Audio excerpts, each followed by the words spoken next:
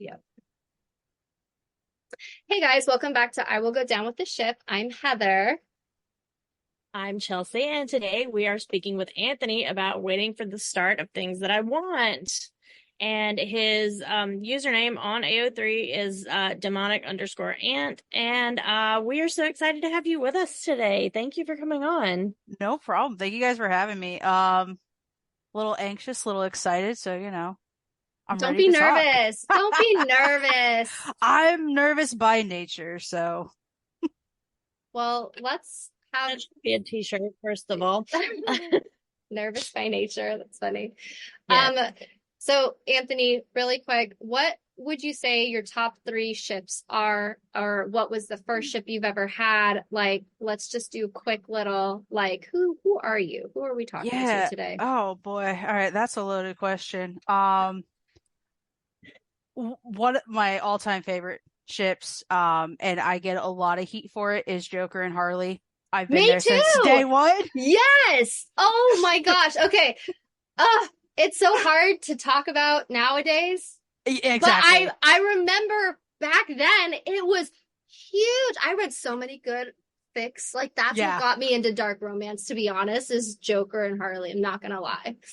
Yeah, that's they've always been a big one for me, even before I knew what shipping was, like when I was but a wee child. But so I would say them. Another one that I like to say is the foundation of my tropes with ships is from this cheesy late 90s, early 2000s TV show that I discovered on TNT at 6 in the morning one summer. It's called The Lost World. And actually, me and my best friend bonded over that when we first met. We have matching tattoos for it. It's a whole thing. But there are two characters, Roxton and Marguerite, and it, Roxton's like this big game hunter, very grumpy, blah blah blah, and then Marguerite is this heiress, wealthy heiress. She's kind of a widower 5 times over, and she's very much she's a bit of a bitch, but I love her anyways. And they're very, they started the whole thing of me having a thing for like my ships referring to each other by everything but their first name, unless things are very serious. So I give it to that. And the third one, oh boy.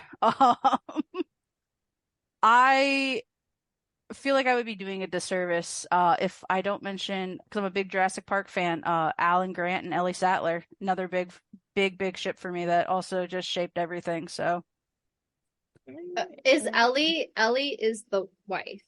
Is uh, she the wife? Laura Dern, yeah, Laura Yeah. Dern's character from the Okay. very first one, yeah. So that is, those are, I got so many more, but those are just the three that I kind of go back to outside of like Star Wars and Indiana Jones and all that. So Right, right. Like at Wait, Indian Chelsea, I was gonna say ask. ship, Yeah, I was like gonna say, what's the ship for you, Chelsea? Like, we have to figure out if this is if yeah, it's cool with us. Like, who do you ship from Indiana Jones? Because Chelsea has an opinion. there's only one answer, and that's Indy and Marion. obviously, That's the yes. only answer. They're my parents. Come on now. Yes, exactly. Like literally those two raised me, like Raiders of the Lost Ark raised me. Yeah. And I got to meet Karen Allen at Pensacon a couple of years ago. And Uh, I had so many things that I wanted to say to her. And I was just like stupefied in that moment and got so tongue-tied and couldn't say anything at all. And I'm so sad about it. But I loved getting a picture with her, and it was amazing seeing her in real life. I'm And also, their jealous. Indiana Jones panel that they had that year was absolutely incredible. Like, John Rhys Davies was there, Karen Allen was Oh there. my Like, gosh. it was incredible. The panel was absolutely amazing. I'm jealous. I'm a little jealous over here. So when you met her, you didn't say anything? Nothing, no words left my body, and I'm so sad about it to this day. Did like Lake look at you? Like, did he like look at you and be like, "Come on, babe, ask her your questions"? I think he was as starstruck as I was Oh, a little yeah. bit. And then, like, afterward, I was like, oh no, I had so many things in my head that gonna say, and then they all just left because holy shit, my on-screen mom that I've loved for my entire life is standing right there in person, and like my brain literally just like stopped working, busy signal, nothing happening. I've been there. I've been there so many times, and after that, after like the first three times this happened to me with several different people, my Wait, now I parent, need to know your people. Like, what people did oh you get tongue-tied God, with? uh, the biggest one, probably the most recent one. I say recent, it was the last time it happened, was Elijah Dushku. Oh, Um, mm-hmm. I love her. I've just loved her forever, and I got the opportunity at Comic Palooza to I did the photo op with her, and I'm just by then I've met several actors that I liked, so there should have been no reason I got so tongue-tied. But I was standing next to her taking a picture with her, and I very much got hit with the fact that I'm like, I look like a gremlin. I was like, this is not acceptable. But she was so nice and so sweet. She seems super nice and super sweet. Who She is who is your favorite person, or who is the nicest? No, I oh feel like, okay, if you could look back at everyone you've met, hmm what experience sticks out to you where it was like either poignant because of who they were to you or yeah. how nice they were, or like, and you could do a top three too, because now I'm curious of like everyone you've Yeah. ever met before. I'm gonna have to do the top three. So number one has to be Anthony Stewart Head, from Buffy and 50 other million different shows. I was there at San Diego Comic-Con with my mom, and we were at there's a show on Sci-Fi that he was in called Dominion, and we were at the Dominion panel, and we were front row, and I had my nice camera. I'm taking pictures of him, like the whole cast, but him too. And my mom is asking me if I'm going to go up and ask a question about his character. And I said, I don't know. I said, you know how I get, especially with like public speaking. And she starts roasting me right then and there. And it's before the panel even starts. And he's sitting there, he hears, and he just starts laughing and he's giggling. And I got a shot of it. And it was like one of my favorite pictures I've ever taken in my entire life. End up going asking a question anyways, and he remembered, and it was just a very nice little moment. Second would be the entire cast of Bates Motel. Oh wow, okay. Um, Including Queen Alicent, right? yes, including Olivia Cook, which Yeah. I'm very protective of her because I've been watching Bates Motel since had first aired, so I've known about her and I've been following her since. Mhm.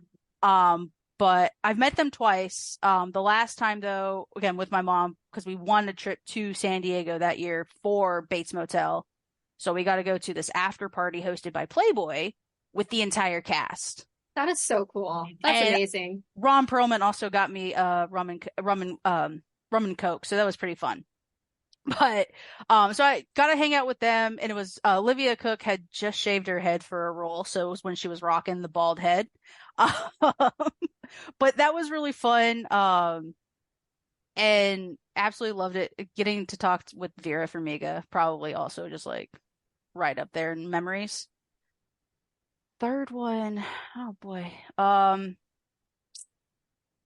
uh, so my third one is not con related. I used to bartend at Alamo Draft House in Texas, and we were doing a double feature of Donnie Darko and Southland Tales, and I was sticking around for Southland Tales. And I'm sitting at the bar talking with my friend, having a drink. There's a guy sitting next to me. I didn't recognize him. Um, so I went to film school, so you know, we organically get into a conversation, all this and this. He walks away because he's getting ready to go to Southland Tales. I'm like, okay, cool. I'm there too, and all that. About before the movie starts, they're doing this big introduction. It's the director of the movie. And we had this like hour-long conversation as Donnie Darko was finishing out.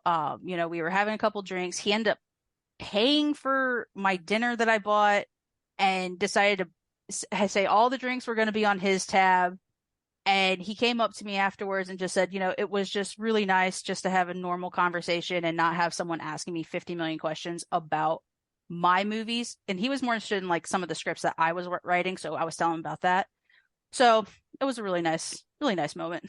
So who's next? Who are you meeting next that you haven't met? Hopefully, I'll find out here. Hopefully within the next week. It's going to be Walton Goggins. When? Tell me Uh, when. Hopefully in August. There is a horror con 30 minutes up the road from my parents. That is awesome. And I'm waiting on it because we may be moving because I'm living with my parents now again, but we may be moving back to Texas before. So I'm depending on if my mom gets this position she applied for. So we were hoping to know last week. Hopefully we'll know this week. And then once yay or nay, low key kind of hoping nay. Are you in Florida right now? I moved up to North Carolina. Okay, so the Horror Fest is in North Carolina, potentially? Concord. Yeah. That's awesome. Yeah, That's exciting. I was in Florida, but just got up to North Carolina last month. I just know because Walton Goggins is going to Florida in October. So that's the one I know about. Yeah. He's what now? Yeah, he's gonna be in for I can never pronounce the con, but it's Spookala or something. Yeah, Spookala. Right? Yeah. Oh, my friend is about to get hit up as soon as this interview's over. Because, like, Heifer, you could have told me that he was going to be in my next door state. Gosh, yeah. That's so... I just think that he's, like, everything that I've heard about him, he's, like, the nicest guy. Like, even his stunt doubles, like, oh, yeah, we love him. I feel like he's just the type of guy you could go to a bar with and just hang out. Yeah. And those are my favorite types of people. Yeah. Yes, absolutely. One day there's going to be, and I will go down with this ship bar hangout somewhere. It's going to happen. Oh, yeah. We're manifesting that right now. Listen, even if it has to be like a little makeshift bar, I offer my bartending services. Heyo, all right. Okay, so I love this discussion. We haven't even got into Ghoulcy or the fanfic. I already know this is going to be so much fun. Okay, Chelsea, go ahead. Ask your questions, and I'm just going to sit along for the ride and pipe in every now and then. So what inspired you to write this particular ship and this particular fanfic? I know that you have a previous one that is connected to this one also, which we will link down in the show notes as well as this one. But what really prompted you to write this one as a sort of follow-up to the previous one? So, I mean, the previous one was just supposed to be a one and done. I wasn't going to touch it again. But in the back of my mind, I convinced myself, I'm like, I kind of left the ending a little too open. And I didn't want people to read it and then kind of have questions be like, okay, but like, yes, no, like what's happening? So I was like, all right. I was like, I'm going to let me just follow up. And it was supposed to be another quick little, maybe 2,000 word little banger. And next thing I know, it was almost 11. It was a lot. Chelsea sent it no, and I love long fics, and I was like looking at it and I'm like, damn, one shot that's many. I was like, okay, I'm here for it. And so yeah. Yeah, it wasn't supposed to be that long, but it kept going, and there was a lot of long nights when I was on Discord with my best friend because she was making sure she was keeping me on track because I like to distract myself. Oh, me too. And every time I would update her, I'm like, we're at 8,000 words now. She's like, I love it. And I was like, it's not supposed to be this long. She's like, I'm not complaining. Keep writing. Right, exactly. I love it when characters do that to us, though. Like, I think that's how you really know as a writer that it's good, is because you don't want to stop. Like, the characters have kind of just taken the wheel and they're like, get in, loser. We're going to go do things. That's exactly what happened. Oh my gosh, I'm sorry, Chelsea. That was perfect. Thank you. I have my moments.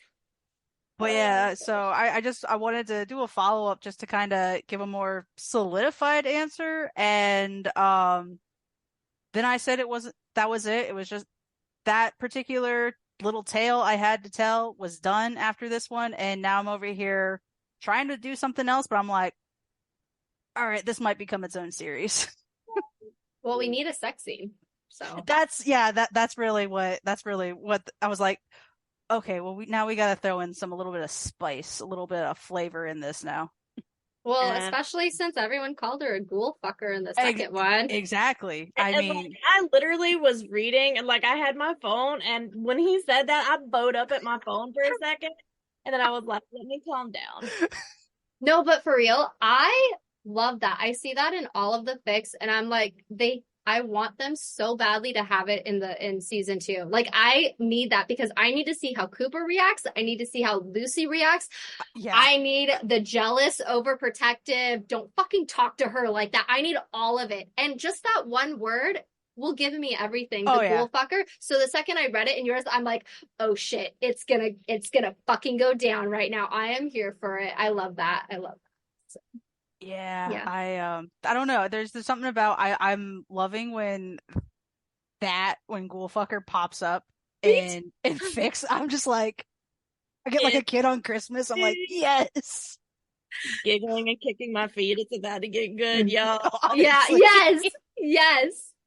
Oh my gosh, it's like one of the tropes specific to this fandom that I just every time I see it, I'm like, oh yeah, Oh yeah. this is good, and I'm sure it's fun writing it too. It is. It was a lot of fun. Like that particular moment, I knew I was like, I have to have this in here, and I was like, I was debating. I was like, do I immediately have Cooper kind of like jump to her defense at that? And then I was like, nah, you know what? Let's stretch this out. Because then I had immediately after that, I just had that imagery in my head of like Cooper taking, this dude's head and just slamming it into the bar. And I was like, I have a better moment for that. We're going to hold off on it. I was gonna say you're just giving the guy, the asshole, like more rope to hang himself with. Yeah. You're like, let's see how long this will play out Oh, before he yeah. realizes what he just got himself into. And he wanted more rope. And I said, I got to reel it. This is becoming too long and I don't want to split this up into two parts. I had to cut it off and say, nah, this is it right here. But like literally that read so well though. And I feel like as a woman, I don't know if you've experienced this, Heather, but like I have definitely like everybody's had an experience with that fucking guy. And it felt so true and like on point. And I'm just like, dudes like that, like I have not. I feel like it's my RBF. I feel like no one talks to me because I of need my some of that. RBF. I need to work on my RBF because I've had moments like that in my life with certain people. And now I have Lake, and like, I'm a complete besotted fool for this man, and I have been since like the third grade. And I feel like if anybody ever said anything like that to me, like, he would tell Cooper Howard to hold his beer, and it would just be an excellent moment to watch. And I'm going to have to write it in a book or a fic at some point. You really do. Those are fun ones to write. They are. He would be having exactly 0% of that shit, just like Cooper, and I love that about him. I really liked that Cooper, because I'm very curious. I almost feel like Cooper held back because he wanted to see how Lucy was going to react to it. Like when Cooper automatically reacts, like I love that too. But part of me is like, I'm wondering if internally he would want to know how she takes to being called ghoul fucker. Would that disgust her? Would that, like how would she handle it? And I love that he kind of almost gave her the opportunity to handle it. And when it wasn't getting handled, that's when he decided to sort of like step in and be like, okay, she's given you like 3 chances to shut the fuck up and you just cannot seem to read the room. So now I have to do something about it. Yeah, that's exactly kind of what I was going for because much like anyone who writes, right? Like I write based off a lot of like situations that I have personal experience with. And I have always been that friend that when, situations are happening like that with a friend of mine, I wait until they tell me like, hey, I need help because, I'm not just going to jump in and assume someone can't handle themselves. And then when enough's enough, even if they don't signal me and I could tell like, okay, there's been chances over and over and over again and this person's not getting it, I've always been the one to step in to like shut it down. I mean, so much so in high school, I got into a couple of fights defending friends, but that's a different story. But You and I've that would be very good friends, I feel like. I've always just been like that type of person, just to like, my friends, not necessarily like overprotective, but I step in when I need, like when I see like, hey, they need help. And I think it comes from the fact that I have a younger brother, and I was very much like that with him too, like with the kids on our street, especially the older kids, you know. But My husband, like literally, he got into several fights when we were in school, like defending people who were being bullied. And I just think that there's something to be said for people who are willing to step up and like take whatever the administration is going to dish out and defend people who are being bullied and like aren't having success for whatever reason defending themselves. Like, I love that and I applaud that. Oh, 100%. But let's be real here. Cooper is not gonna defend anybody else except no, Lucy. Like everyone else can go fuck themselves. Like the only person he gives any kind of shit about is Lucy. absolutely. You like everyone else, whatever, you're on your own, but mess with Lucy, it's on.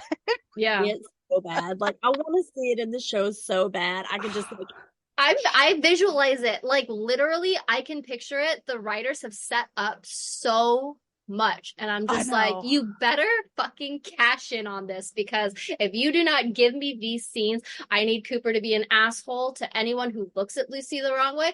I need Cooper to be jealous when Max starts coming around and he's like, oh, I know she should go with Yes. her because he's the safe choice, but I want her. I need him to like tell her to shut up when she's talking too much. Like I need all of this. And if I'm not given it, I want a refund. Like I just need all of so good. I need it so bad. And like literally my thing with a lot of mainstream media is like don't bait and switch my ass because I will Exactly. literally for fucking ever. Like don't do me like that. No, and then you have me over here who has a degree in film. Like I've written scripts. I've been in film festivals for my scripts I've written. I know all that, and I'm over here going, so much has been set up and with like such little time and so little scenes with them.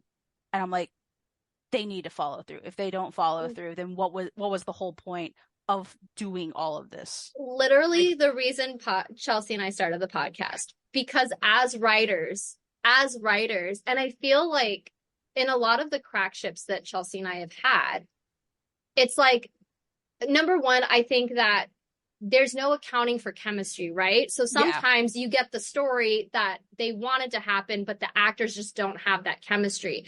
But I feel specifically for this one, you have the chemistry and you have the story backing it up.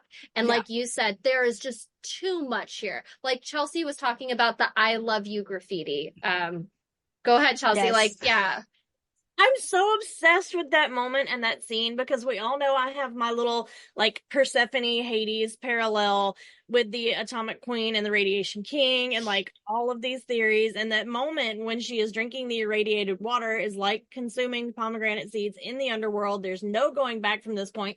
And then we pan and catch a glimpse of graffiti on a wall and it says, I love you. And I'm like, motherfucker, if you don't follow through with this, like all the dominoes are set up perfectly, and if you don't just like tap that son of a bitch and let them all fall, I'm gonna be so pissed off. Oh, I know. It's that, see, and I like that moment had to be pointed out to me because I didn't catch it the first time. same. But the moment that I have just been chained to the floor and I'm never leaving is when he sews Lucy's finger onto him. Because I remember I watched it a couple days after my friend, because my friend was like, she watched it first and she goes, oh no, she's like, I have a new ship. And I said, what? She's like, you'll find out. And I was catching vibes already from the trailer, and so I was like, That's me. That's me. I shipped it before I even watched them. I knew it. I fucking knew it. I was like, no, and I'm gonna go down. Yep. that's exactly what my friend said. And then she watched it. She's like, oh no. She's like, I feared it. I feared it. And it's true. And she didn't tell me who it was though. And I said, well, who is it? And she's like, you'll see when you watch. And I said, okay. And I was like, I was like, I think I have an idea because me and her, like, we've known each other for like 18 years. So we're pretty same brain cell all the time.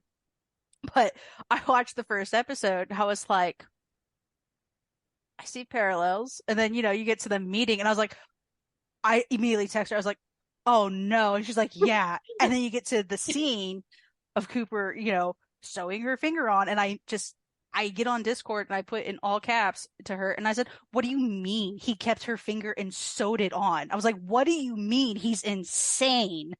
No, this was me to my husband. Is that her finger? Oh my God, hon, is that her finger? And he's like, yes, calm down. I was like, no, that's her finger. He's sewing on her finger. I got so excited. I was like, and he's like, he's literally sewing on her finger. I was like, you don't know how romantic that is. It's a whole thing. And then my friend has to go and point out after, the whole internet pointed it out that as he's sewing on her finger, as he's pulling the threads make the heart. And I was That's like, Chelsea. what? Chelsea loves that. She's dying on that hill right there. And I was like, what? And she had to pull it up for me to show me. And I was like, I on Twitter and I was like, oh shit. Yes. Like, and that's the thing. 'Cause my friend said she saw it on Twitter. She thought it was Photoshop. So she like pulled up and had to look at herself. And so she found it. Then we're on call. So she pulled it up and like screen shared.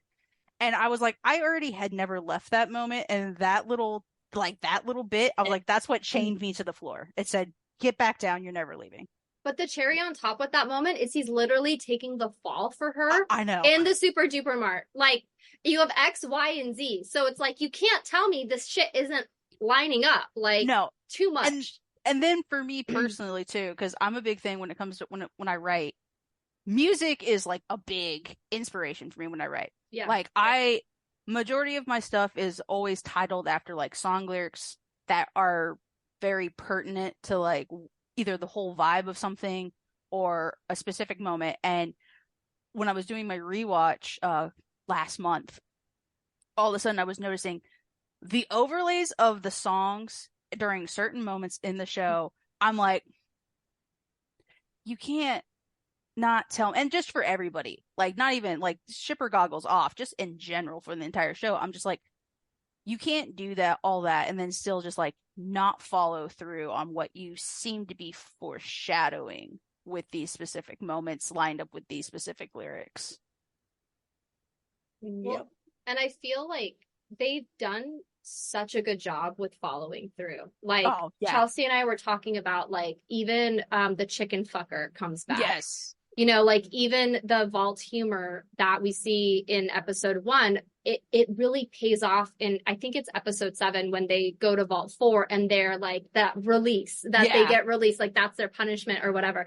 And so it's like everything that they have set up, there has been that follow through. So I'm just like, okay, I'm 98% of me is putting that trust into them because they followed through, but because there's too many mirror moments, there's too many synchronicities, like for me to be like, you can't just fuck with me and tell me that this was an accident and that I'm the idiot, So, and yet at the same time, I've also been burned so much in the past that I'm prepared to have the clown shoes tied on and walk the stage to get my as valedictorian from Clown U. But okay, we haven't asked anyone this, but we've talked about this. What are either your number one ship that has burned you so bad or top 3? Because I want to know. Like, yeah.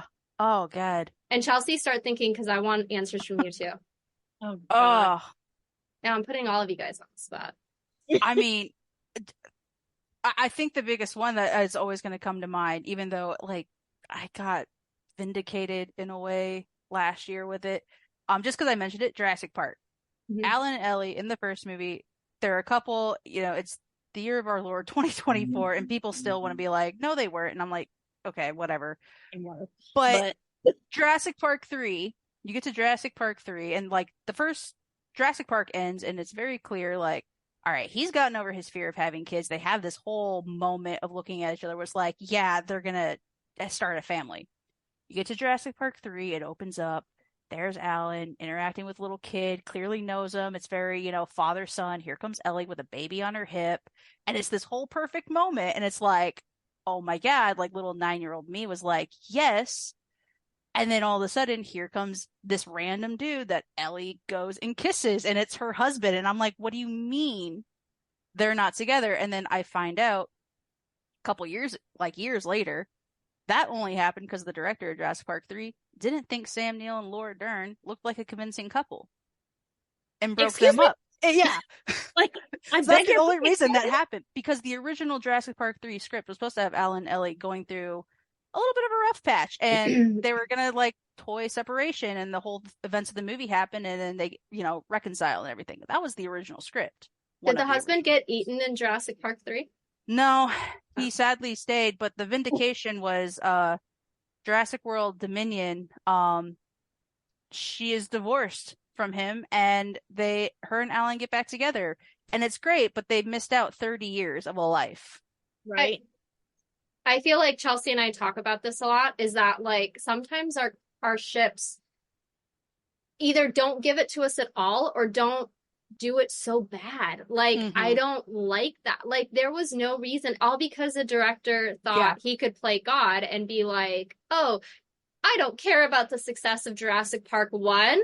Like, Yeah. who cares? Even though that completely rode on, the chemistry between the two actors and obviously Jeff Goldblum. But it's Yeah. just like, really? So now we're going to create an issue when it's like the same thing happened with, I don't know. Are you familiar with Veronica Mars? Or Yes. Yes. so like how they fucking, and I don't care if it's a spoiler, happened like years ago, killed off Logan the Yeah. last 5 minutes. I was like, the reason your show lasted this long was because shippers like me who shipped Logan and Veronica together gave you money and support. And then Mm-hmm. you're gonna I can't even rewatch that, like the Hulu version, even though it was such a good show up until the last 5 minutes. I can't even rewatch it because I know how it's gonna end. And I'm just like, fuck you. And yeah, it's like that's how you did dirty. Anyway, yeah, Yeah. I get No, that. I'm there because I watched it for the first time like when I was in film school, and my roommate had already watched it and was just like waiting for me to get to the ending, and I was like, I feel like I've wasted so much time watching this. Yes.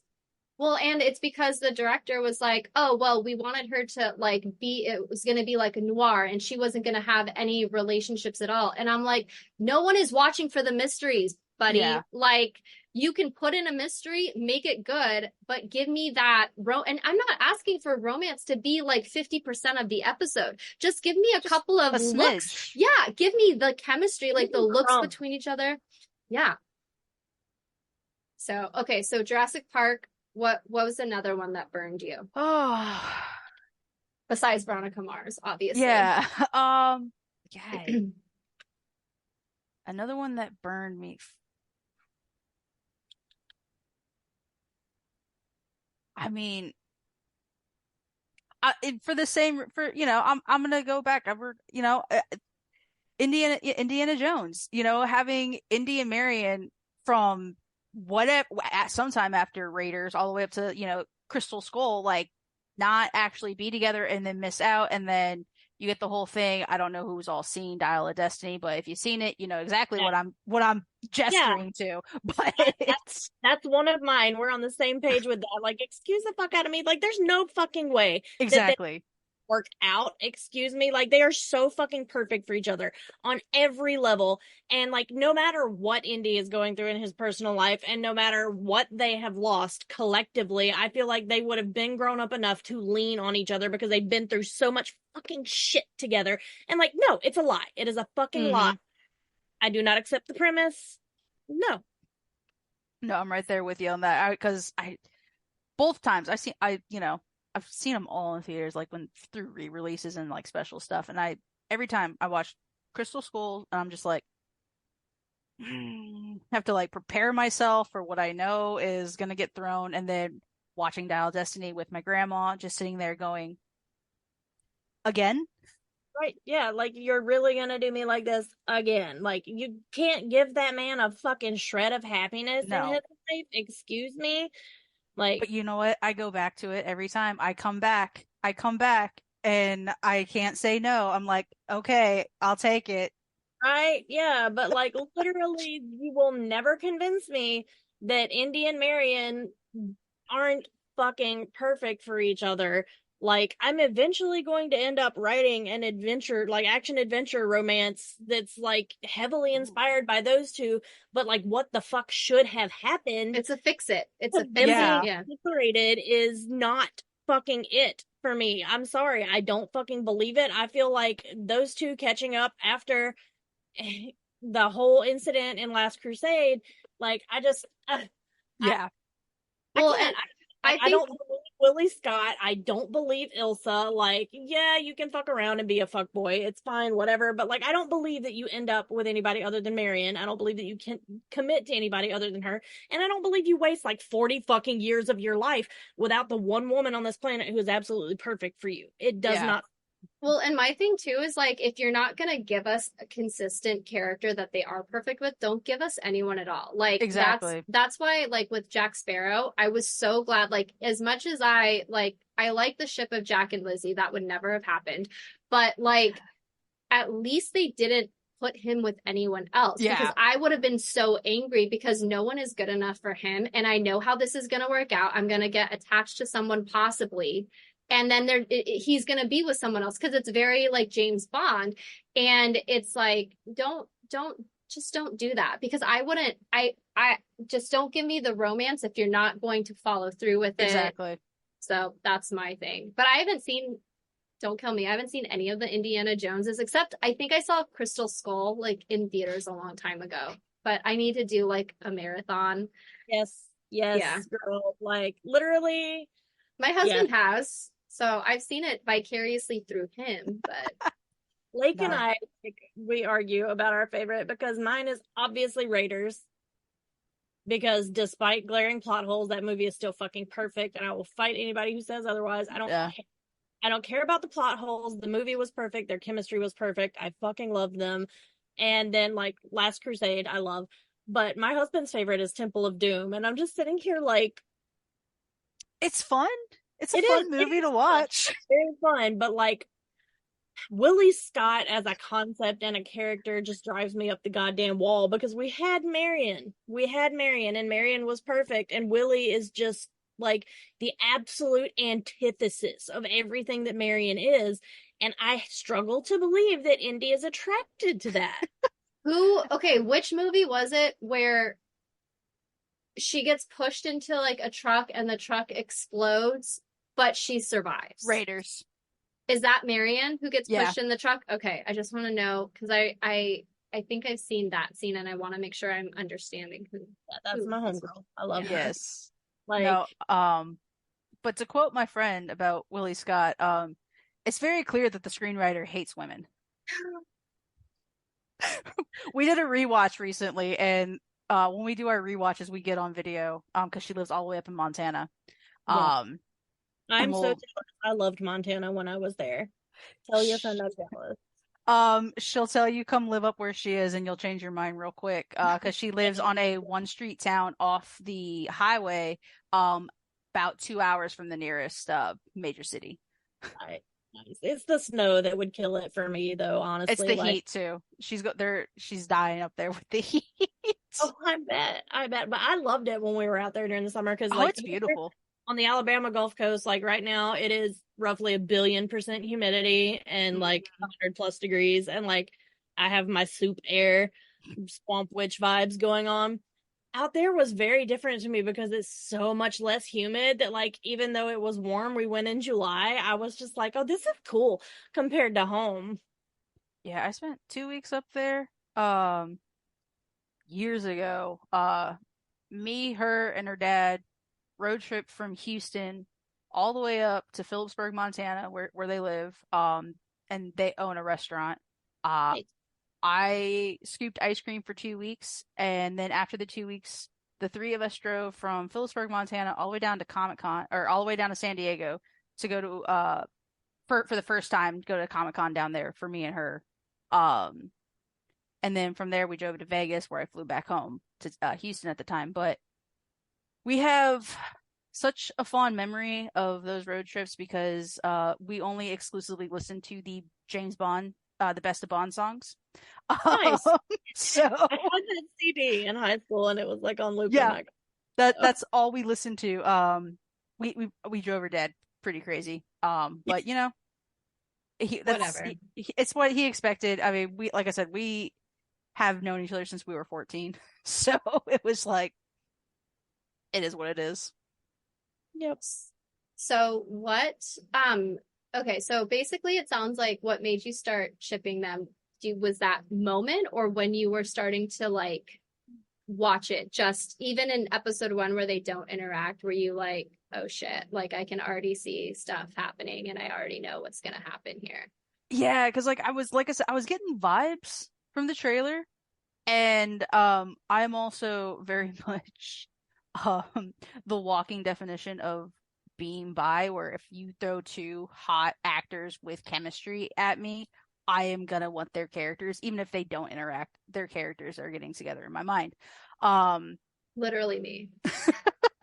Yep. but I got a vibe based off the trailers, and I was like, okay, but that's the trailers, like it, they may not actually ever interact.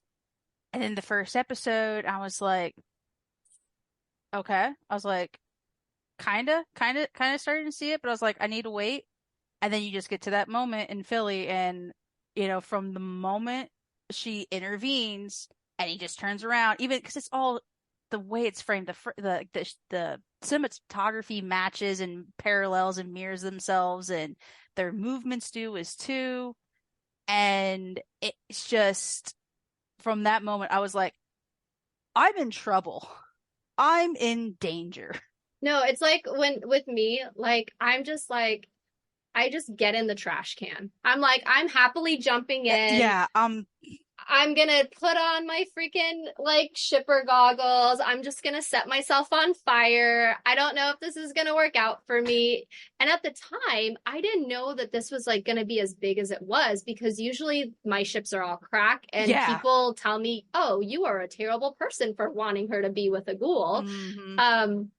But luckily, it's actually so popular. And I'm Yeah. actually surprised. I was like, oh, thank God, because it's going to serve me with my fix to get me to season 2. But yeah, like I actually had that with, did you ever watch Daredevil, like the Netflix Daredevil?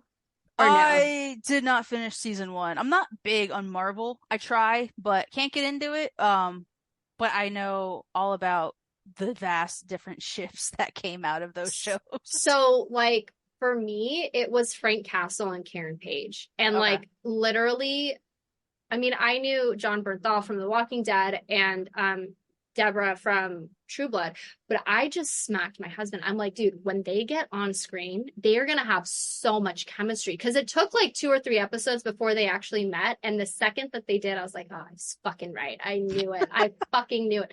And so it's just like I love that feeling when you get, especially like in a visual place like Hollywood where they are literally showing us things.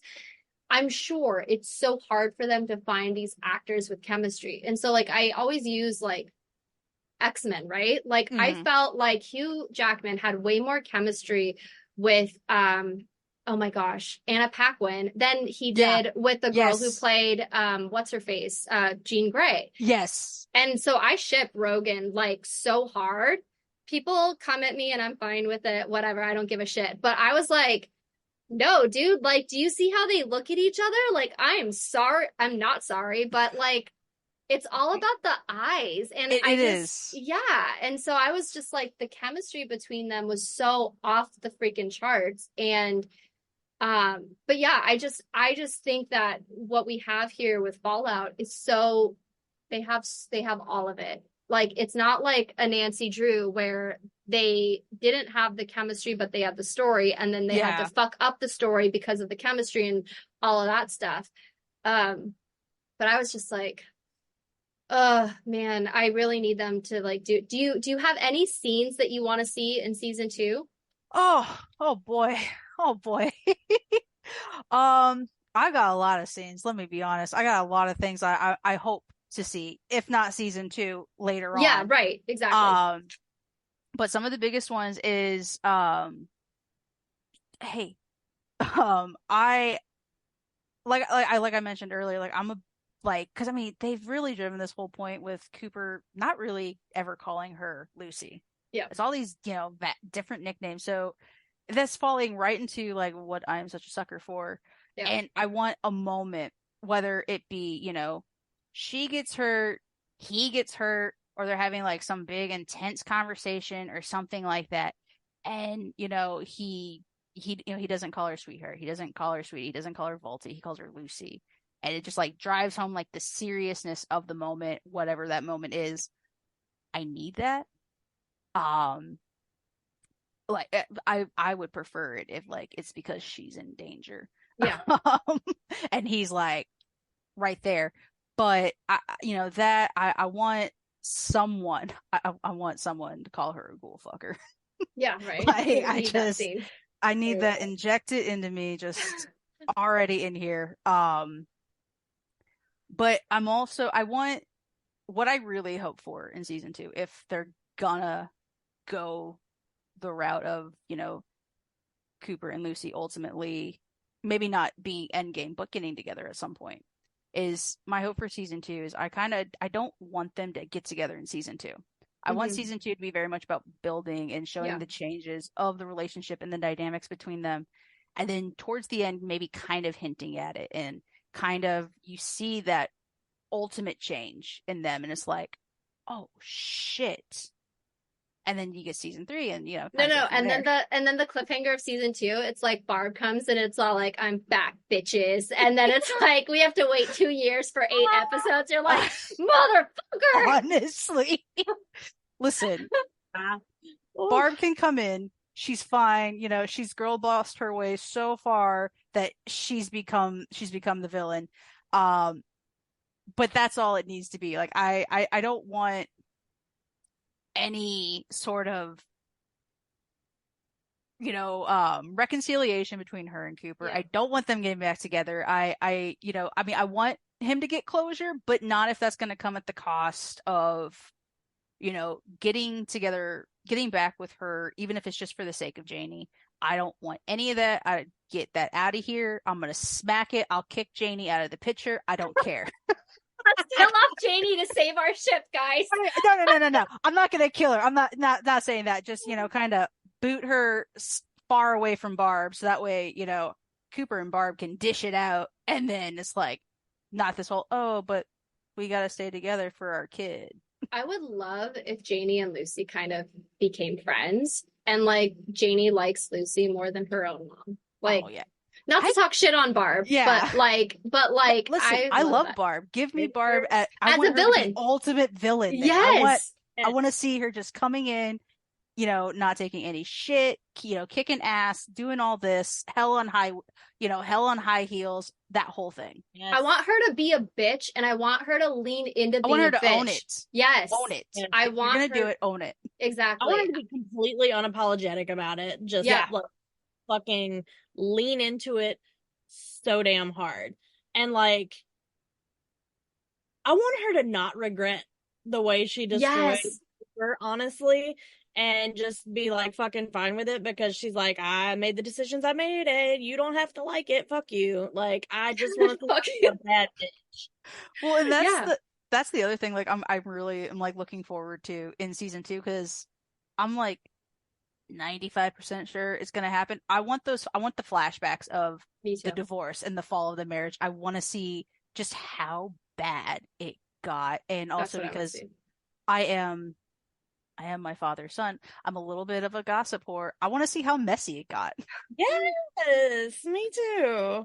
Well, and I think that in our society, especially as women, it's easier to have like a baddie, like let's say Jafar from Aladdin. Like he is all about it. He does not give a shit. He wants what he wants. He's like unapologetic about it, right?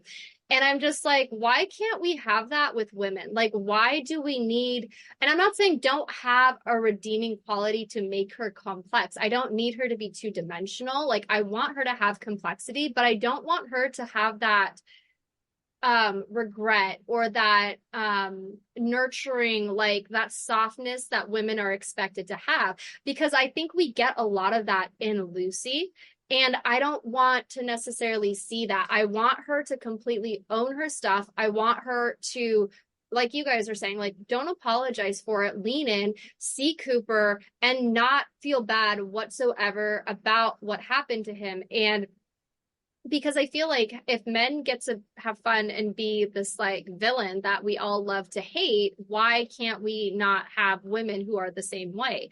And I know that we have like, okay, the stepmom from Cinderella or Mother Gothel, but I feel like even those characters, we don't know so much about them that we can understand who they are. But I feel like with Barb, there is that opportunity to really, really build her up and just gosh, like just get like stab Cooper in the heart like over and over again. And like Lucy is right there to pick up the pieces and, just set all of or have Barb like steal Lucy, put her in danger, and now Cooper, oh gosh, so much. No. I know. When I like trail off when I think of all of these good possibilities, like, oh God, I would love to see that. But anyway. Right. So. Fanfic writers out there just saying plot bunnies everywhere. Plot bunnies everywhere. I got too many already. Well, and me and Chelsea have talked about we want the same thing with Max because Chelsea has this crack theory where Max is going to be the villain. That's what I want. I think it'd be such a good setup where again, he could parallel Barb in a way, right? His intentions are good.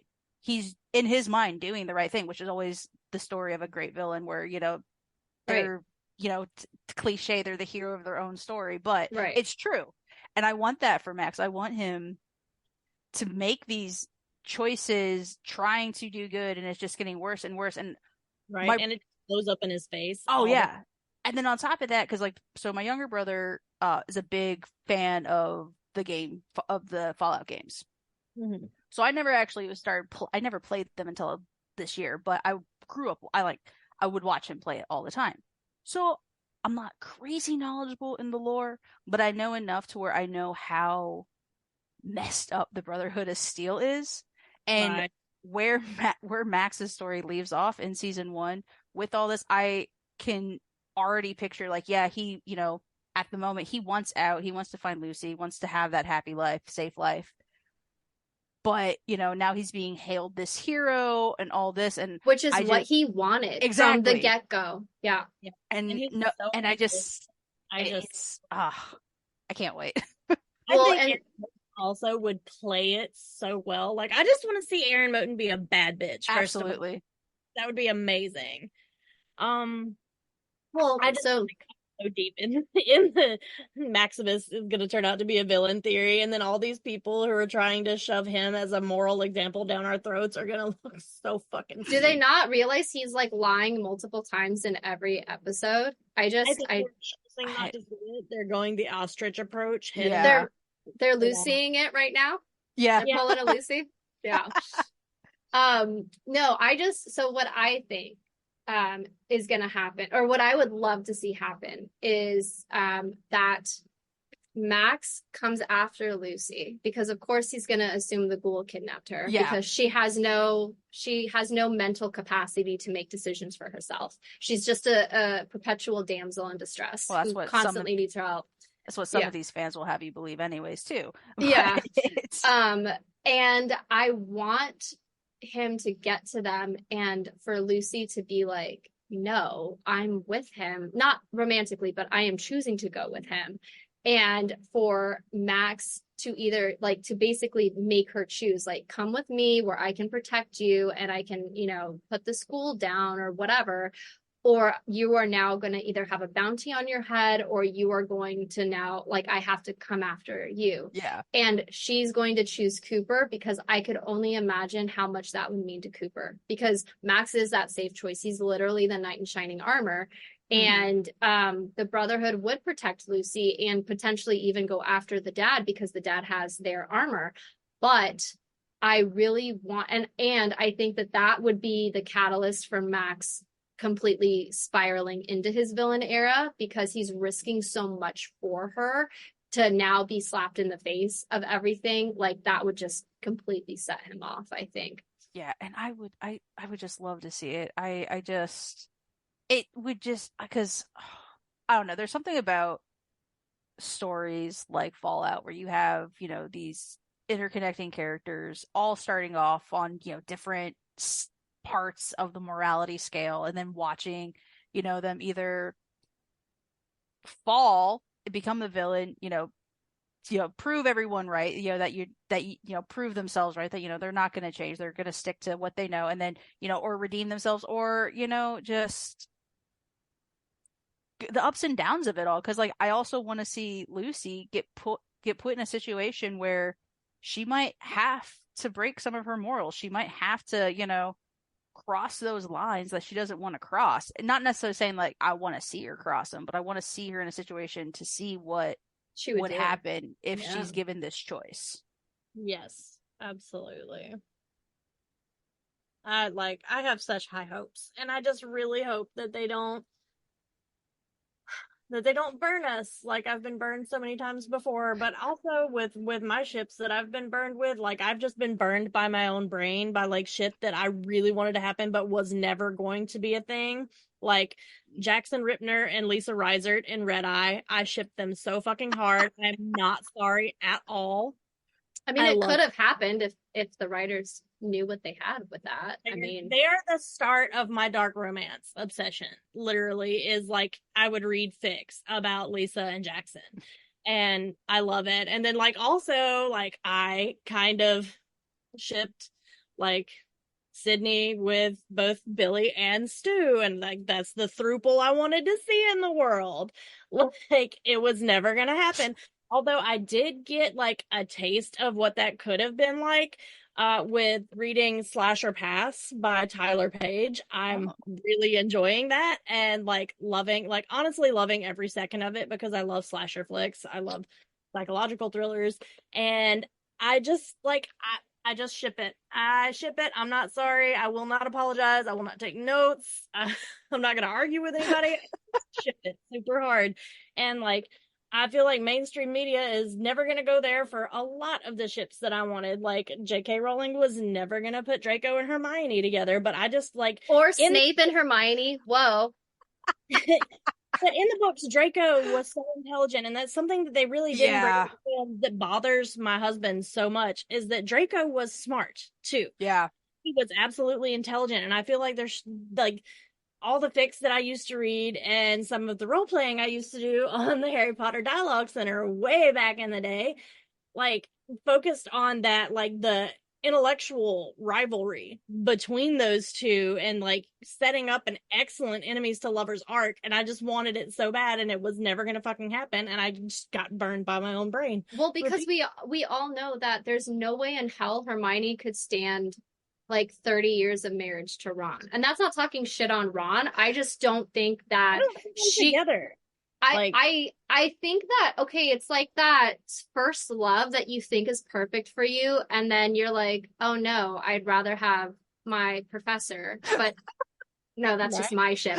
But no, but it's like, even if we go, because Draco and Hermione makes more sense. Harry and Hermione makes more sense to me than Ron. That's my mom's ship. My mom ships Harry and Hermione so hard, and she just like never believed Hermione and Ron, like not even for a second. Well, I don't believe it from an intellectual standpoint, based on who J.K. Rowling showed Hermione as a character. Mm-hmm. There is no way.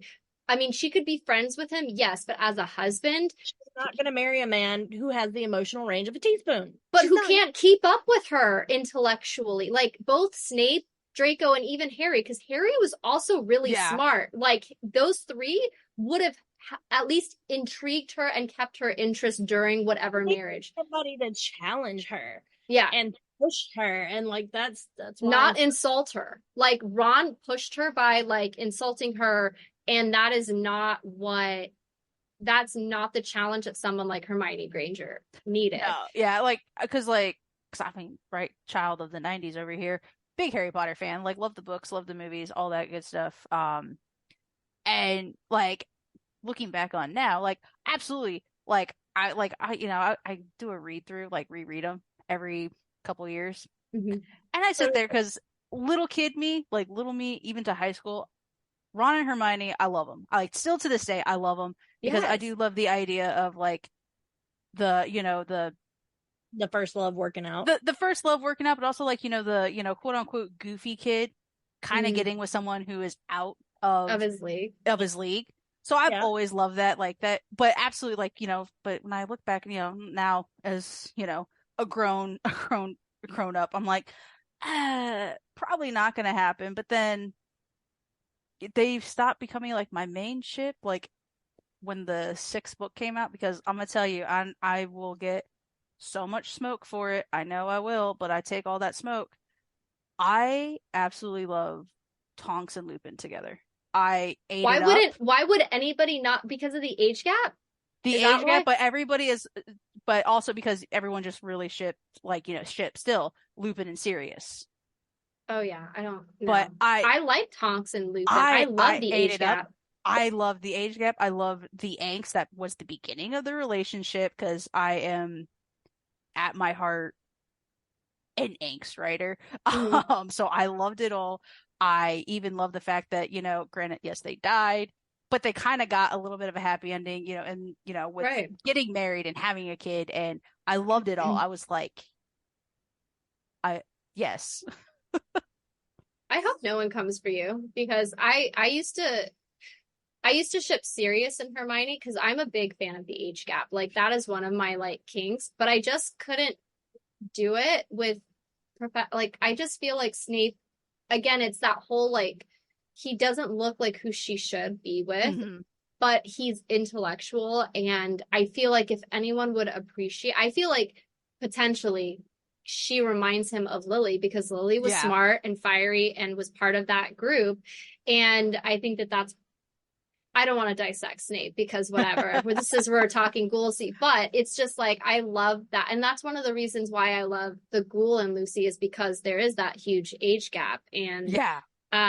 that experience versus the inexperienced, and I just love watching the two characters slowly change because of each other, and that's like such a grumpy sunshine like thing, and yeah, so I don't know. The ship that wrecked me to this day that I'm still like really pissed. Well, I have so many, but the one that stands out is Beth and Daryl from The Walking Dead. See, I Um never watched The Walking Dead. so it was an age gap thing. I know that there's a huge Bethel community, but the Carol and Daryl shippers are like so much bigger. But I just love them. And then the episode I watched on my 25th birthday, like she dies and it just and so I was like the clown like 3 years later, like, no, Oh, she's coming back. She's coming back. Like, here are all the clues that she is coming back. Like I did like the whole breakdown that we see on Tumblr, like that we're doing with Lucy and the Ghoul, and then it just never happened. And then I just stopped watching it. I was like, I fucking clowned too much. I had to take oh off my no. makeup. It was bad. No. I See, was and I'm prepared for that with, with Ghoulcy, but I at the can't same be time, prepared. There's too much there. There's it too is. much there. But so at the same time, I have one story of a huge shipping W that I am hoping is what's going to happen with this. So back when Bates Motel was airing, you get, um, in case no one else watched it, you have, it's Norman Bates, Norma Bates, a whole prequel leading up to Psycho. Right. And they introduced this new character of his half brother, Dylan. Now, played by an actor I was absolutely in love with. So, of course, I was like, oh, yeah, going to be one of my favorite characters. So he shows up in the second episode, and you got Olivia Cook's character, Emma.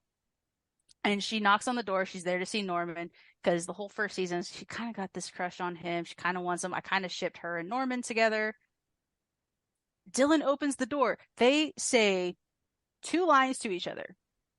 And I go to my best friend. I was like, I ship it. And she's like, they didn't say anything. I said, I don't care. I ship it.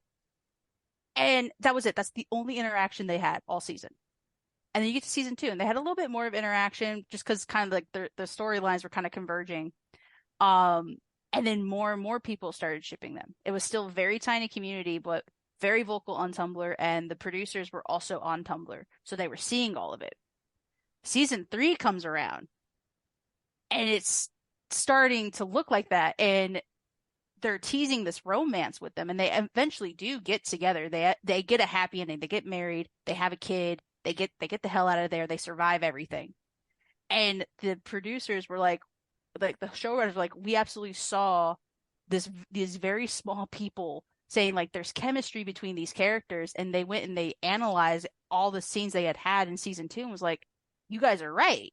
And so they rewrote their stories to still organically feel like that was always the direction that those characters were supposed to be going. I love that. I love that so much because like I feel like writers in Hollywood, they play God a lot. And so they're like, Mm-hmm. no, you need to do what I told, like, this is the canon ship. And it's like the fact, you know, what reminded me of that is I don't know if you ever watched Community, but Mm-hmm. like, Off and on.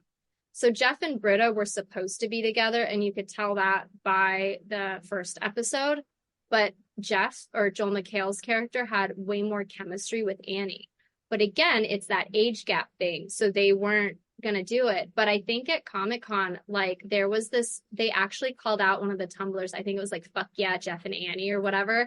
And it's like, so people saw like the edits that they did, and it was just like, my thing is like, and this brings up an interesting point about fan service and where is the line. And my thing is like, as long as it serves the story, you know, Yeah. because I don't want my ship handed to me in the worst kind of way. As long as it serves the story, give the fans what they want. And the fact that the Bates Motel people, like, not only were open to hearing that the actors had chemistry and let's rewrite it that way, I was that makes me so happy because it's like you never hear stuff like that, Yeah. you know. So I'm kind of hoping, because again, me and my best friend, we talk about that because that was another one that we had. So we're like, that's our one big win. And I was like, we're overdue. We are like 10 years, like a little bit over a decade since that happened. We are overdue. Let it happen with this. Well, and I'm sure that they see all of the stuff too, because I remember Amazon dropping all 8 episodes thinking it's not gonna be bad, but it's also not gonna be this huge success that it was.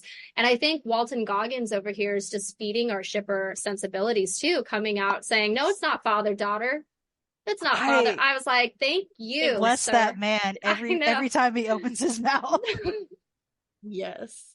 I'm like, just keep it coming. I want to sit down. I want to pick his brain specifically about literally me. That's what I want to do. Yeah, how deeply his thought about Cooper. I'm like, I want it all. Did you watch Justified?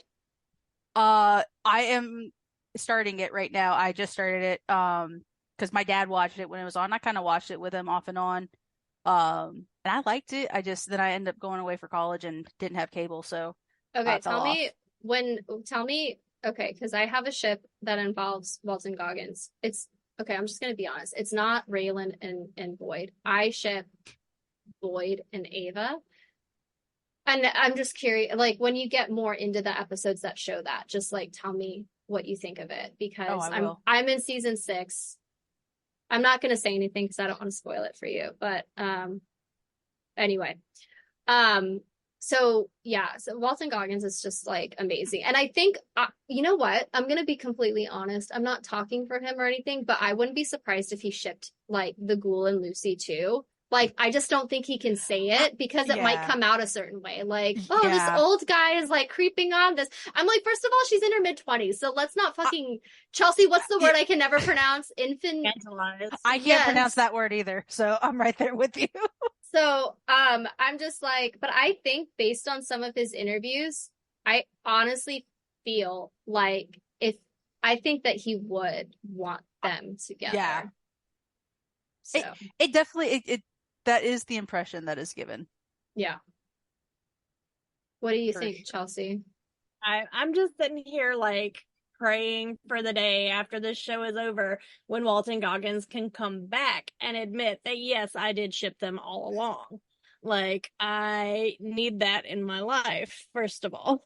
Well, and he says he has a collaborative relationship with the writers. And so that also gives me hope because, like, if I ever met him, that's something I would ask. Because I would be like, because he cares so much about his characters, like, he's not, you know, like, I would be like, okay, you know, would, you know, in terms of ownership and character and responsibility, like, do you feel like could you go to your writers on Justified or all these other shows if you felt like they were doing your character a disservice? Because, like you can tell, like he cares about his characters and how they're represented. And I think I wouldn't be surprised if he specifically requested that he had such a collaborative relationship with the character, with the writers, because I think that because he has so much of himself in his characters that if they did him dirty, he would hopefully like, and I don't know anything about Hollywood to be like it when it comes between the actor and the writers, like who has more of the power, I don't know. I'm sure it's a contract thing that they would have to just say the lines or whatever. Yeah. But I mean, you could see, like, if you ever watched Game of Thrones, like you could tell the actress who played fucking Dany, she was not happy, and she didn't hide that, you know. Plus the press tour leading up to that last season. Nobody liked it. Did you see the reading where Jon Snow is like reading who killed? I thought his face is so precious. Take me back to those days. I had fun with Game of Thrones I'm then. so old though. Like that entire 8th season, my old ass, I couldn't see a damn thing. I need them to reshoot it where I can fucking see what is going on the screen, please and thank you. Okay, so like from a story perspective, it was awful. Yeah. But I will say that I shipped Sansa and Tyrion. So the last moment that I got with them, I was relatively happy, even though it should have been a full-on makeout scene. Let's go get married. You can be my king consort in the north. That's what should have happened. But I just, that whole series, it was such a good, and then it's just like True Blood. It was so good, and then Sookie gets with the rando? Like, really? I didn't finish. I never finished it. Don't. I can't rewatch it. I cannot rewatch it. I'm like, you have fucking Eric? Are you kidding? Anyway, I'm just gonna stop. Right. I feel it because the chemistry is so there with Eric, and like it just like pissed on that fire and put it out. Because she has to end up with a human. I'm like, bitch, no, she doesn't. This is True Blood. Like, why? I don't need your morality. That's how it ended. No, it's some rando. You don't even see his face. They're at a picnic together, like a picnic table or whatever. Gotta love that. No, you don't. Gotta love that. Let me tell you that. So anyway, but yeah, I think that's the thing. Like when I feel like every writer we've talked to has the same thing from a story perspective. All of these little like mirroring it, like it has to make sense, and so that is what we're hoping for. Even like I said, even if they don't even if it's not Endgame, right? But don't Chelsea and ours, like, we don't want Cooper, like you said, to get back with Barb or to her to go with Max or Cooper martyring himself. I refuse. I will unsubscribe so fast. Yeah, because I'm like, no, Cooper can have a little bit of his humanity back, but not all of it. He has to stay the ghoul. Yeah, I'm tired of, when it comes to characters like that, like, these amoral type characters. I'm tired of like the only redemption arc ultimately is always leading to death. Yeah. And that's the only way you earn back that humanity. I was over it when they brought back Star Wars and they killed Han. I mean, granted, it wasn't a redemptive arc, but I'm tired that the fact that, you're bringing in, when it comes to like established stuff, you bring in these legacy characters just to kill them. For what? It doesn't add to the story. No, right? But that's the whole thing. Done with the entire franchise. When you kill Han Solo, the man I've been simping for since I was in diapers, like, yeah. I'm done. I'm finished. It's over for me. I am not coming back. Like, you kill the person that I love the most in this entire fucking lore and fandom, and I'm gone. Bye. Unsubscribed so fucking fast. Like, done. Well, done. I like I don't anymore because I did rewatch it recently. I used to like the new trilogy. I don't now that I've rewatched it with some time as between, but that's a whole different conversation. But I remember with The Force Awakens, because I'm a big Star Wars nerd.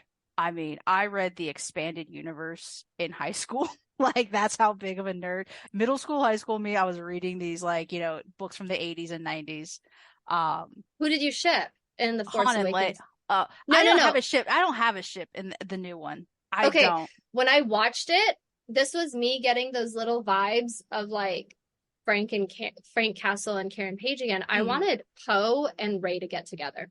Like Interesting. because the actors had so much chemistry when they Yeah. were doing their press tour, and they got and if you look at it, okay, again, if we're mirroring the original trilogy, you Hmm. had those three, Yeah. and you had Poe being essentially the Han character, um Ray being like the Luke character, and gosh, Finn being the Leia character. And I'm just like, how is it that Poe and Ray haven't had any screen time in two movies, and this is Yeah. like our like trio or whatever? That didn't make Th- any sense. Yeah. But yeah, I didn't have a ship with the new trilogy. I mean, I liked the characters. I didn't Yeah, care enough about them to really want exactly. that.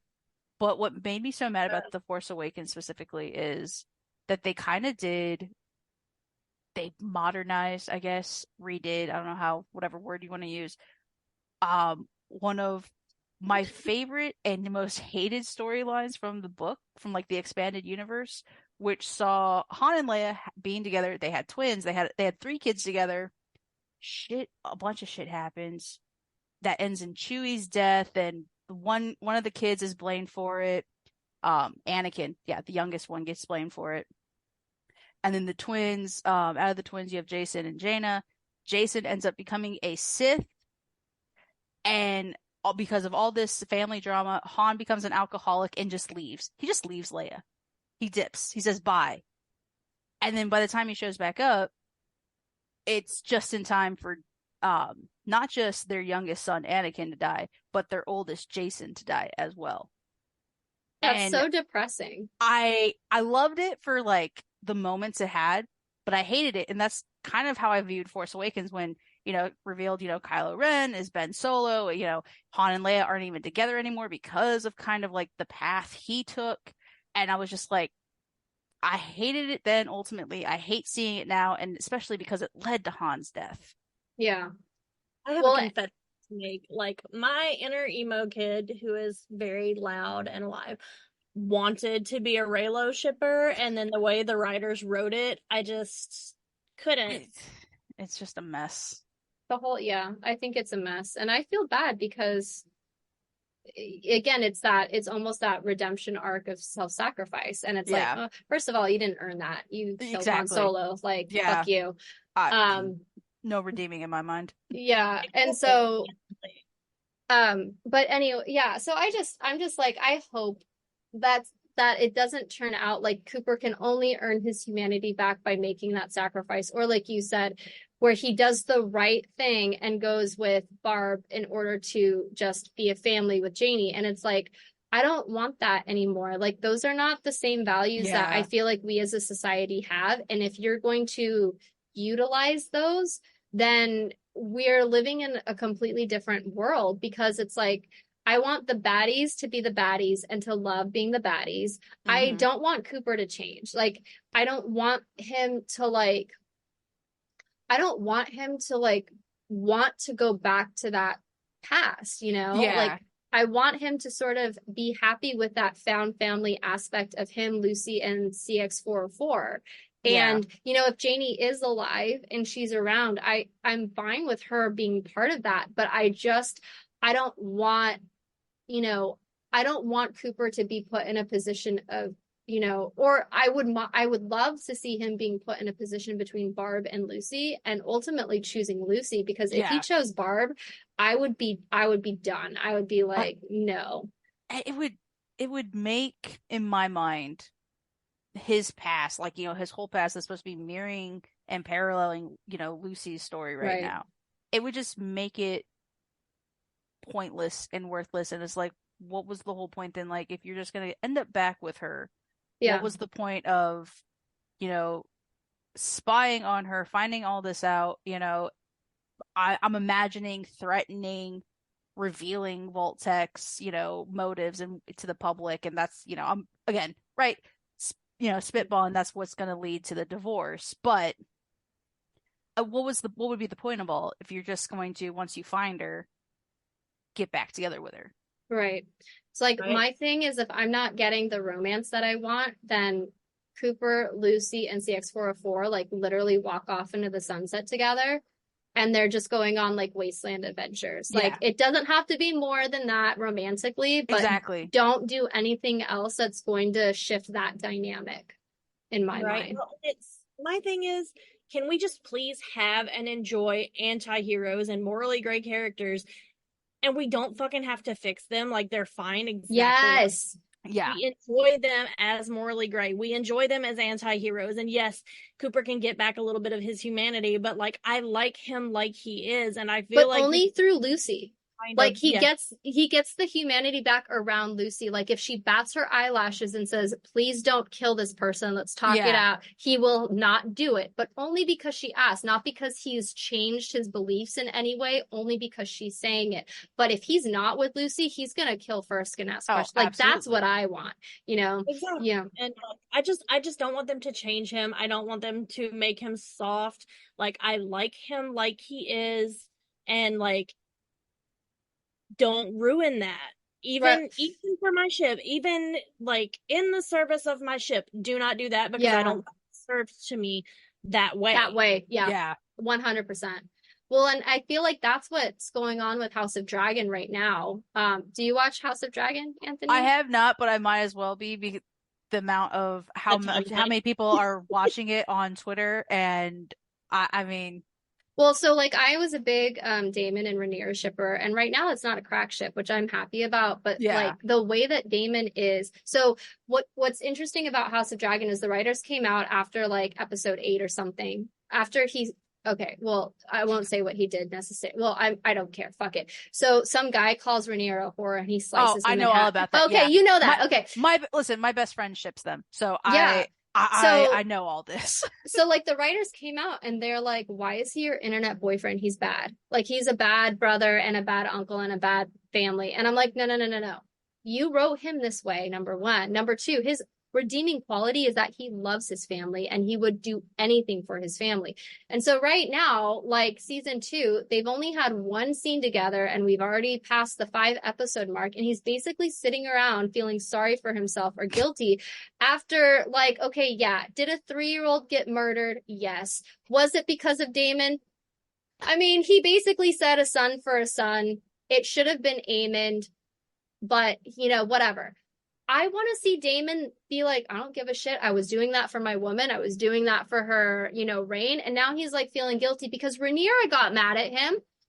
And I'm like, okay, guys, like, can we just have like a ride or die, Bonnie and Clyde? Like, let's just not feel guilt. Like, I don't want that guilt. I don't Yeah. want that to be like, oh, Rhaenyra. Like now all of a sudden they've been married for so long already. Now all of a sudden he's like questioning, like he's now like jealous that she's gonna get the throne or whatever, and now he wants to be called king and he wants to be called all of this stuff. And I'm just like, you had like 10 plus years to reconcile this, and you're only starting to get mad at her for her inheritance now. Like it didn't make any sense whatsoever to me. Rhaenyra's arc kind of sucks in terms of just the writing because it's like, and I get part of it, she's being passive aggressive, but I'm like, she said something really dumb in this last episode of like, if I have to like, I don't know what specific, but basically she's like, if I have to lean on my husband for support, then what does that make me as a queen kind of thing? And I'm like, a wife? Like,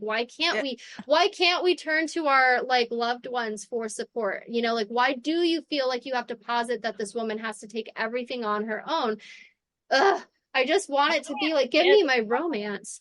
Make each other more badass. And why Yeah. can Yeah. that mutual support not be the most badass thing about them as a couple? Is Yeah. that they will be ride or dies for each other. Like that's what I want to see. Well, and that's Yeah. how Damon was in season 1, where he was like, no, that's my girl. She's going to be queen. Like, I'm going to do all of this for her. And now all of a sudden it's kind of like this change. And I'm just like, oh, this is like, so like, again, it's that character motivation. It's like, make it make sense. And Damon was such like, things. yeah, well, and To like him. exactly. And I'm just like, Damon was such like a morally gray except for Rhaenyra. He was going to burn the world down for her. And now all of a sudden he's like some pussy sitting in his room, like scared of his like nightmares. And I'm just like, where is my alpha hole that I fell in love with? Like, this is why I love Damon. Like, all of those like memes of like, okay, gonna set my morals aside tonight to see what war crimes Damon is gonna be doing. Like, I'm just like, and that's, I don't want to see that with Cooper Howard, even if it is for Lucy. I want the new message, like that new positive, like that new message of just saying you're allowed to be morally gray. You don't have, like you said, Chelsea, you don't have to fix yourself. You can be accepted exactly for who you are right now. And I feel like that message, especially today, I feel like is perfect. We need more of those messages. Not you have to change in order to get this acceptance. You have to die in order to earn anything. Like that's just, you have to be morally perfect to deserve love. Like, right. No, I reject that premise on so many levels. Like, I want to see a morally gray anti-hero get everything he deserves, in the sense that, like, he gets the love that he deserves, he gets the life that he deserves, he gets to ride off into the sunset with this baddie at his side. Like, I just want them to not screw a morally gray, complex anti-hero for once. Just for once. Yeah, like I don't know. I think that is my biggest fear going forward, is that they are going to, again, regardless if it's going to end in like a martyrism or whatever, they're absolutely going to completely change Cooper. And it's just like, well, that's what you have to ask him when you meet him next month. Oh, well, see, here's the thing, because he's also doing a panel. So he's doing a panel. I'm trying to decide if I'm going to do, I mean, I say decide. I know I'm not going to do a photo op as much as I would love to. Why? Why wouldn't you? I'm too awkward, but I want to do the autograph because, like, so the autograph's on the table. But, like, let me be honest. If I have the money, I'll probably do both. But just do both. If you can, okay, without being weird. Like, never mind. I'm not going to finish that. You get what I'm saying? I know where you're going. Yeah, like get in on that. Like, why not? Like, and I'm sure he'd be charmed. Like, I feel like he's such a nice guy. And like, you could ask, like, you don't tell me the ending or whatever. Yeah. But like, they're not gonna change. Like, you could just be like, my biggest fear is this, and see what his take on it. Because I feel like he would be the same way. You know what I mean? And like, so what the funny thing about that though is, so my family, we have been fans of him forever. Like, so he's been on me, my brother, my parents' radar for a long time. Loved him since I knew him. But my parents, when I told them, my mom was like, "Well, maybe the three of us can go." And I was like, "Okay." It's like just to the convention. She's like, "Well, to the convention and to that panel," because my parents were like, "Because we'd like to see him too." And I was like, "What panel is it for?" It's just him. And there's no information. It is just him. Sign the fuck up for that panel. Yeah. Like, oh yeah. Can we just take a minute to appreciate the Walton Goggins renaissance that is going on right now? Because that man is so dedicated to his craft. I know. He's such an excellent actor, and I feel like this has been such a long time coming for him, and I love it. I'm so here for it. I'm here to see it. I just think it is absolutely fantastic. You know what I love? I love that everyone's thirsting on him, and he loves that everyone is thirsting on him. Like, he knows it too. I know that he will get his wife to take pictures for us to thirst over on Instagram. Like, that is peak amazing. Insane. He's insane. It's insanity in that head, and I love it. But what I'm waiting for with this whole renaissance, if it happens, I'm waiting for the newer people, right, who are into him now, to discover Predators just for his weird, freaky little character in that movie. That was so excellent. And can we just appreciate how much Walton Goggins can like embrace the freak in a character? I love Lee Russell so fucking hard. It's not even funny. That's the picture I'm hoping that's going to be an option for the autograph, by the way. I want a signed Lee Russell. Like, yes, that's my boy. Okay, wait, because I am a new person. I am a new person coming into this. Although I will say, I've heard of him, and I always knew he was like a good actor.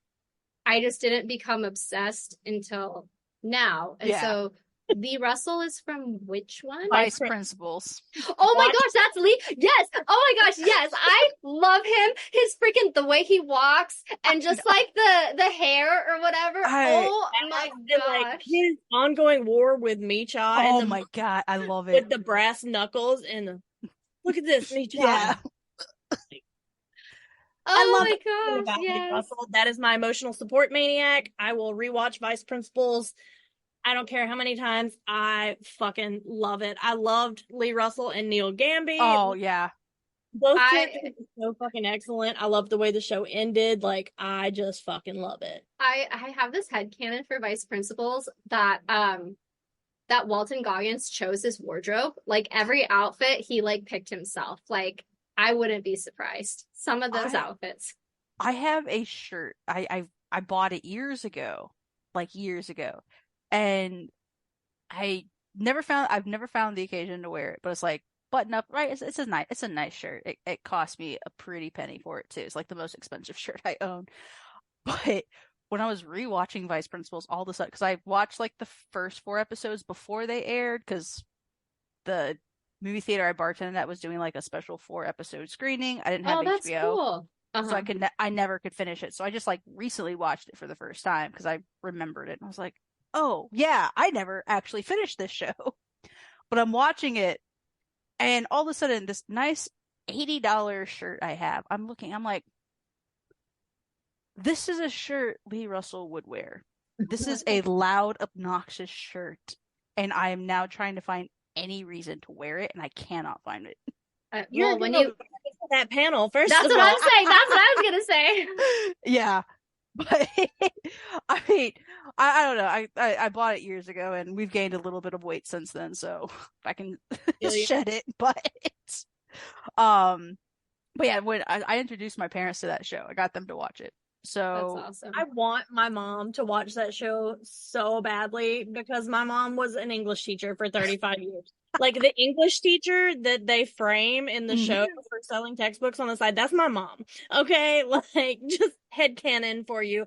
And I want her to watch it so bad, but she and my dad are like a little bit touchy about language and things like that. And I'm like, I know they're not gonna watch it, but as a person who had a mom and an aunt and an uncle all in a school system, the behind the scenes teacher administration drama in that show is so on point, and like the cattiness, it's so on point. I loved it. I loved that show. It's so funny because like my parents are younger, on the younger side. Like I'm the oldest, and my dad is 70. My parents are turning 53 in like the next 2 months, so I got young parents. But so I got them to watch that, and I remember my mom was watching it, and the way she said Lee Russell and Neil Gamby are is how her and some of her coworkers talk to each other, and they're best friends. That's how they talk to each other. That's also just how my entire family talks to each other. You know, me, my brother, my parents. That's all 3 of us, or all 4 of us. But then my parents and my brother from day one were watching The Righteous Gemstones. They tried to get me to watch it. And I couldn't. Been started on Righteous Gemstones too. I couldn't get into it at first, but to be fair, I didn't give the first episode a fair chance because I was like working Universal, so I was working Horror Nights. It was midnight. I was on break. Everyone's talking to me. I'm just overwhelmed. I couldn't focus, so I said, "This isn't funny. I'm not watching it." Finally, went back now and rewatched it, and I was like, I am about to eat so much crow when I tell my family this show is hilarious. Yes, it's so excellent, and I love it so hard. My dad loves Uncle Baby Billy. That's his favorite character in the entire world, and understandable. Yes, I just hope that Walton understands just how much people see how dedicated he is to his craft as an actor, and how dedicated he is to his characters and doing his job, but in a way that comes from his heart. And I just need him to know that. I don't know that he will ever come across this podcast, but on the chance that he does, I need Walton Goggins to know that we see. I mean, so much so because I'm doing this whole kick because I stream on Twitch, so I'm going through streaming the Fallout games for the first time, and then there is a horror game that he did voice acting for. I 100% am planning to stream that. I've heard terrible things about this game, but Worth it. I've done worse. I mean, I watched the god awful Major League movie that he's in for like all of 10 minutes, and I spent money to rent that, and that's $4 I'll never get back. But what can you do? It's still better than the second Major League, though. Like, I love the first Major League movie, and I've never seen any of them. Is that the Charlie Sheen one? movies. Yes. Yeah, I know. Yeah, I know he's in one of them. I watched that and I didn't even realize he was in it. It's so disappointing. Anyway. Because me and my friend just watched that a couple weeks ago because everyone was talking about it, and then like the way they build up his character, we're like, okay, so like his character is actually gonna be a decent amount of time in this movie. No. Well, that's like Michael Keaton in Beetlejuice. He was only in the movie for like 15 minutes. I was like, what the fuck? Why am I? Yeah. I mean, that's Anthony Hopkins too, as Hannibal Lecter in Silence of the Lamb. He's only got 8 minutes of screen time.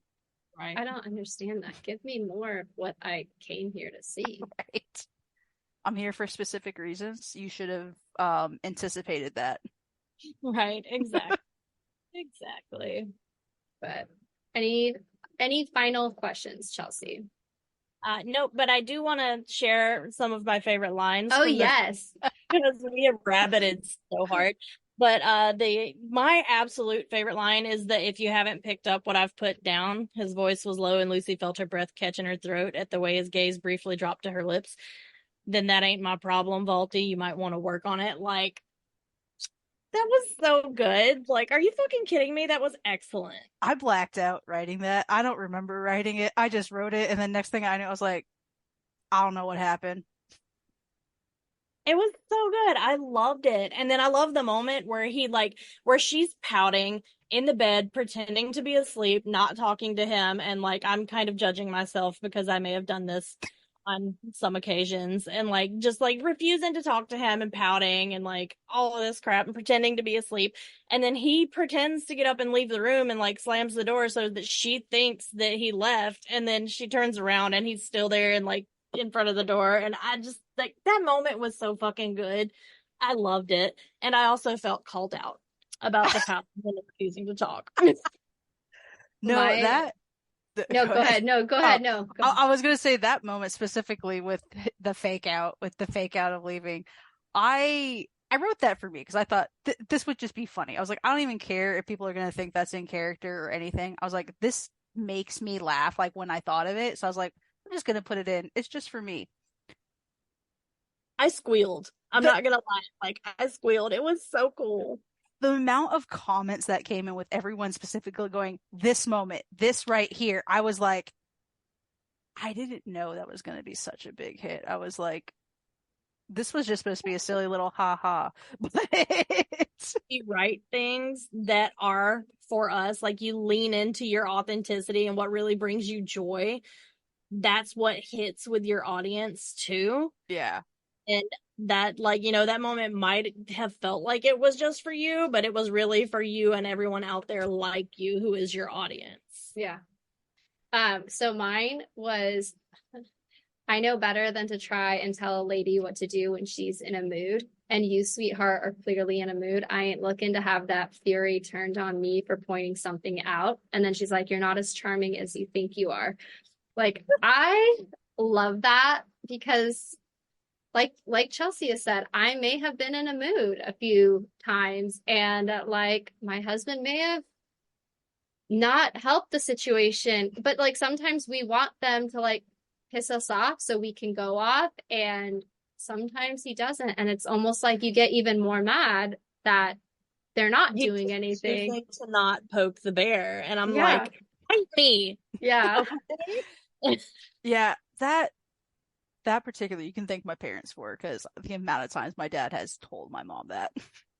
I think it's so in character for him to be like, you're in a mood again, like, and her to be so annoyed. Like, I picture Lucy, like, her anger towards Cooper is because he's right about everything. And I think like 100%. back in episode 5, like after she breaks away from Cooper, is her completely trying to fight against everything Cooper says. And this is why she kind of puts on the rose-colored glasses when it comes to Max, because she does not want him to be right about everything. And then her lesson is going to be like, oh, fuck, he's right about everything. But then he starts being right about her, about like her being in a mood or her being whatever. And I just, she's so annoyed with it. Like, just stop being right for once. And like, I always, like, I have a love-hate relationship for when my husband calls me out, because the man is never fucking wrong, and I hate that. Like, why do you have to be right all the time, first of all?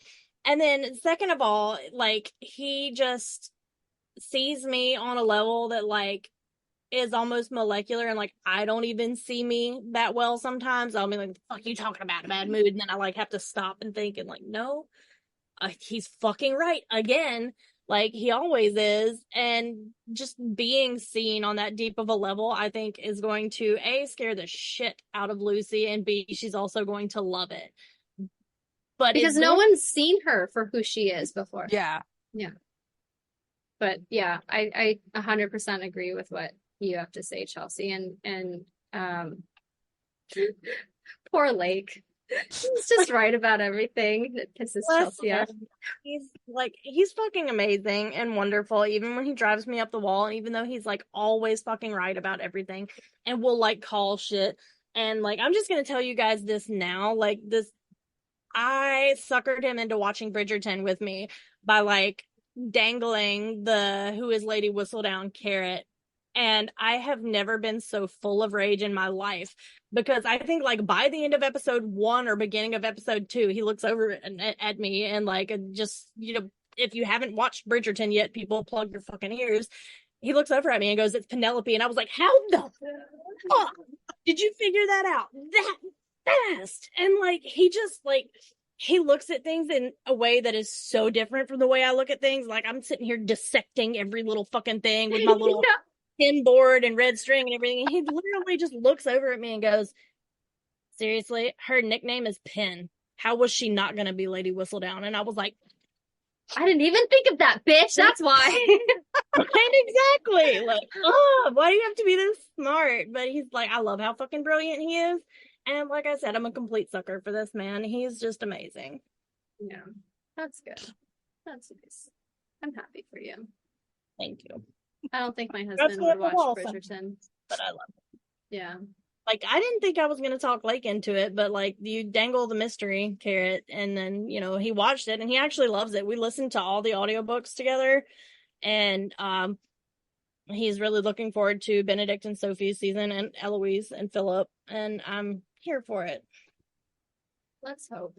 And then we've been enraged that Stephanie Plum doesn't have any kind of TV show, because Janet Ivanovich has written 30 fucking books, and there's so much good content there, and yet like nobody can make a good show out of it. And like, the movie was decent, but Lionsgate released it at a really bad time, and then they were mad that it flopped when they released it against like a Harry Potter and a fucking Star Wars. Like, do you think that Katherine Heigl was a good actress for her? Do you believe her? Yeah. I do. Fully believe her as Stephanie Plum, and I loved it. And like, Janet was happy with it, so nobody else has any excuse to not be happy with Katherine Heigl being cast as Stephanie, because I thought she did a good job. Is happy with Katherine Heigl, and like, I thought she did a great job as Stephanie Plum. Yeah. But there's no excuse for there to not be a Stephanie Plum TV show, or a Gabriella Rose TV show, or like a Fox and O'Hare TV show. Like, this woman has worked so hard, and I've met her in person. She's fucking amazing, by the way. And put out so many books with so much great content and fodder. And like, I get so pissed off at movie and TV studios recycling old content and remaking old shit, when she's literally got a fucking gold mine sitting right there of so much content that could be turned into a fantastic TV show, or multiple fantastic TV shows. And it just hasn't been done yet. And I'm like, what are you guys doing? Come on. Yeah, for sure.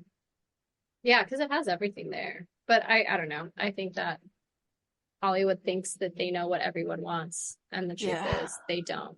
They really don't. But anyway, okay. So if there's no further questions, then I will, Anthony. So we are planning to have like a panel. We already have a few other fanfic authors who are interested in this, and we want to do this closer to season 2. But we're planning on like just talking about season 2 theories and just like getting the fandom together and just meeting people and stuff like that. And so we would love to have you on if you are interested in doing that. That'd be great. I Um, would be honored. yeah, no, absolutely. We love your takes. Obviously, your work is great. Can we just thank you for taking the time because 11,000 words is no joke coming from two writers. We understand that. I've written And books, and like there are days when 600 words is like pulling teeth. So 11,000 words is fucking an amazing contribution to the fandom. That's me right now with this new thing I'm working on. It's been weeks and I think I have 300 words written. So And so, if anyone wants to really take the time to appreciate, obviously kudos are great, but comments are better because just it gets the fic more attention. And so, anything that you have for us, Anthony, any questions or anything like that? I mean, no, just thank you guys so much for having me on. It's been a blast. Are you still nervous or anxious? I am, but that's just me. I mean, Okay. even though I'm a professional yapper, I'm just also a little ball of anxiety all the time. So, Well, keep us updated on the con. And if of you meet course. Walton, we might Oh, have to do yeah, another call for that if that were to happen. there will Um, be pictures galore. good. And yeah, so if we don't have anything else, thank you so much for being here. And we will definitely talk soon. All right, bye. Bye. Thank you so much. Bye.